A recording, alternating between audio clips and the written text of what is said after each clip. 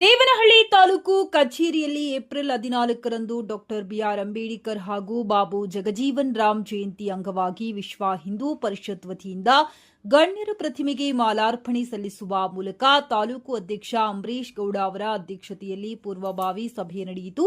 ಮಾಜಿ ಶಾಸಕ ಚಂದ್ರಣ್ಣ ಮಾತನಾಡಿ, ಸಮಾನ ಸಮಾಜ ನಿರ್ಮಾಣಕ್ಕೆ ಅಡಿಪಾಯ ಹಾಕಿದರು. ದಲಿತರು ಮತ್ತು ಮಹಿಳೆಯರ ಹಕ್ಕುಗಳಿಗಾಗಿ ಹೋರಾಡಿದವರು.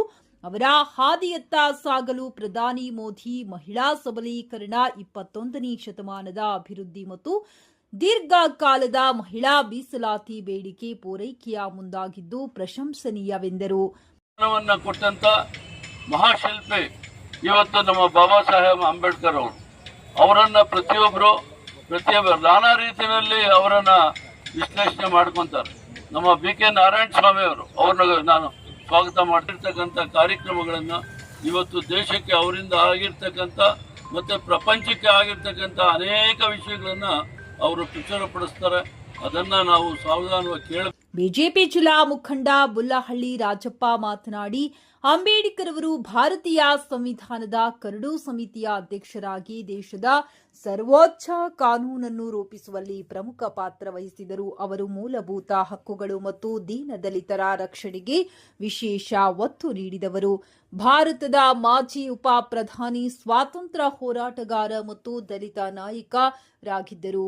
ಇವರ ಜನ್ಮದಿನವನ್ನ ಸಮತಾ ದಿವಸ್ ಅಥವಾ ಸಮಾನತೆ ದಿನವನ್ನಾಗಿ ದೇಶವ್ಯಾಪಿ ಆಚರಿಸುತ್ತಿದ್ದೇವೆ ಎಂದರು.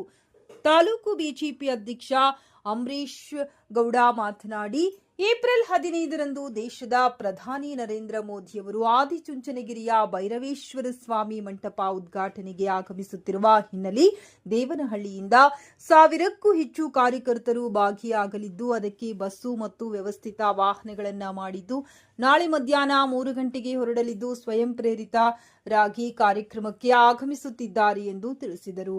ಬಿಜೆಪಿ ಜಿಲ್ಲಾ ಪ್ರಧಾನ ಕಾರ್ಯದರ್ಶಿ ನಾಗವೇಣಿ, ತಾಲೂಕು ಪ್ರಧಾನ ಕಾರ್ಯದರ್ಶಿ ಅನಿಲ್ ಕುಮಾರ್, ಮುಖಂಡರಾದ ನಂಜೇಗೌಡ, ಬುಲ್ಲಹಳ್ಳಿ ರಾಜಪ್ಪ, ಮುಖಂಡರಾದ ಬಿದಲೂರು ತಮ್ಮಯ್ಯ, ಓಬದೇನಹಳ್ಳಿ ಮುನಿಯಪ್ಪ, ಕದೀರಪ್ಪ, ಆನಂದ್, ಸುರೇಶ್, ಸೋಲೂರು ನಾಗರಾಜ್, ರವಿಕುಮಾರ್, ಶ್ರೀನಿವಾಸ್, ಮುನೇಂದ್ರ, ಅಮರನಾರಾಯಣ, ಮಹಿಳಾ ಮೋರ್ಚಾ ಪ್ರಧಾನ ಕಾರ್ಯದರ್ಶಿ ಯಶೋಧ, ಪದಾಧಿಕಾರಿಗಳಾದ ಪ್ರೇಮಾ, ನಯನ, ಭಾಗ್ಯಮ್ಮ ಸೇರಿದಂತೆ ನೂರಾರು ಪದಾಧಿಕಾರಿಗಳು ಉಪಸ್ಥಿತರಿದ್ದರು.